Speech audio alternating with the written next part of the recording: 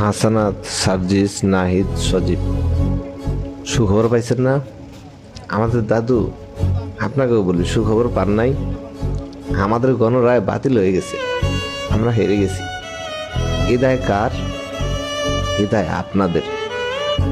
কোটি মানুষ আপনাদের ভরসা করেছিল, এই প্রতিদান দিলেন।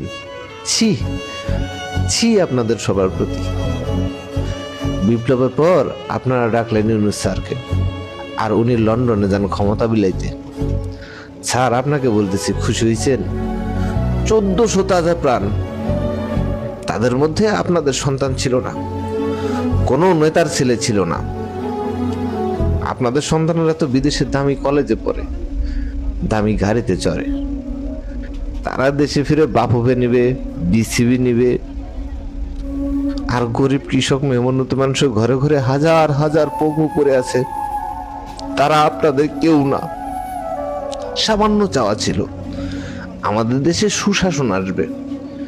কেউ আপনাদের কাছে অঢেল সম্পদ চাইতো না, আপনারাই দেশ চালাইতেন।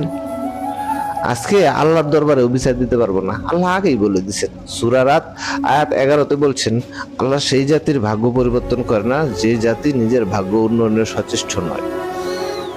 উনি এটাও বলছেন, অন্যায় যে করে আর অন্যায় যে সহে, দুজনেই সমান অপরাধী। তবে হ্যাঁ, আমার দেশে 18 কোটি মানুষের কাছে বিচার দিলাম।